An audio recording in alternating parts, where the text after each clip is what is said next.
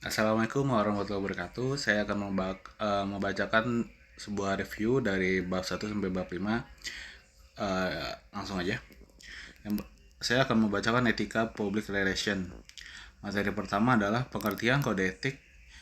Etika yaitu suatu norma atau aturan yang dipakai sebagai pedoman dalam berperilaku di masyarakat bagi seseorang terkait dengan sifat baik dan buruknya.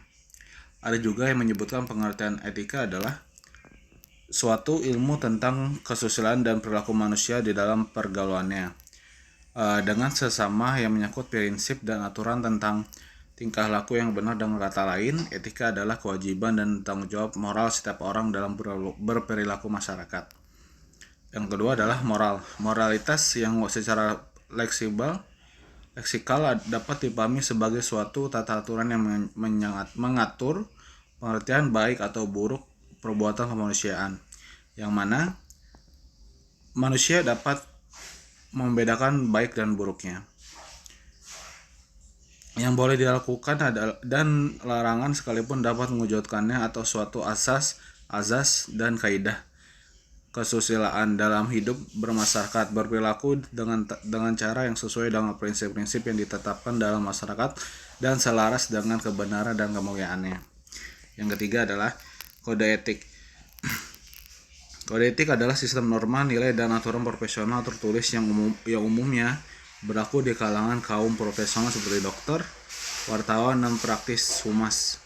Kode etik secara tegas menyatakan apa yang benar dan apa yang salah, apa yang baik dan apa yang tidak baik. Next, yang kedua adalah materi kedua. 5 pilar etika public relation. Veracity to tell the truth adalah prinsip atau pilar pertama etika public relation. Sebagai industri komunikasi adalah menyampaikan kebenaran. Sebagai sebuah prinsip etika, konsep veracity to tell the truth atau mengatakan atau menyampaikan kebenaran merupakan tahap awal bagi dasar-dasar asumsi tentang berperilaku etis. 2. Non-malevolence atau to the no harm. Konsep non-malevolence to the harm merupakan prinsip dasar perilaku moral sebagai salah satu pilar atau prinsip etika dalam bidang public relation. Prinsip ini menyediakan satu analisis pertanyaan dari berbagai keputusan yang telah dipilih oleh organisasi sebelum organisasi tersebut memutuskannya. Pertanyaan itu adalah, apakah tindakan saya menyakiti orang lain? Hal ini bukanlah akhir dari analisis, melainkan suatu langkah awal kita kecenderung untuk menghindari melakukan hal-hal yang dapat menyakiti orang lain sebisa mungkin. Namun terkadang apa yang kita lakukan dapat menyakiti orang lain, walaupun tanpa kita sadari. Terkait dengan hal ini, apa yang kita lakukan tersebut bukan berarti kita berperilaku tidak etis pada orang lain. Yang ketiga adalah benefits to good. Konsep beneficence to the good merupakan bentuk lain dari prinsip menghindari menyakiti orang lain, namun lebih proaktif. Dengan mencari kesempatan untuk melakukan hal-hal baik dapat membantu dalam proses pembuatan keputusan tentang moralitas relatif.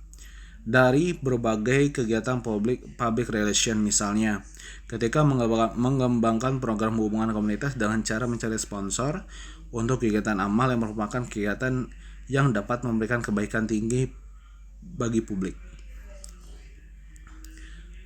Confidently. Prinsip atau pilar berikutnya adalah confidently atau menghormati wilayah pribadi orang lain dengan tetap menjaga kerahasiaan informasi. Hal ini merupakan salah satu sifat pengambilan keputusan etis terkait dengan fungsi komunikasi publik. Dalam komunikasi publik seringkali terjadi konflik antara kebutuhan untuk menyampaikan kebenaran dan prinsip kesetaraan dalam menjaga wilayah pribadi. Pengambilan keputusan yang etis tidak akan dapat dilakukan jika tidak diimbangi dengan tindakan nyata. Yang kelima adalah fairness. Prinsip atau pilar yang terakhir adalah dalam etika public relation adalah konsep fairness, keadilan dan tanggung jawab sosial. Kita selayaknya mencoba untuk saling menghormati setiap individu dan masyarakat agar keputusan yang kita ambil adalah keputusan yang asli bagi semua pihak. Materi ketiga adalah manfaat mempelajari etika PR.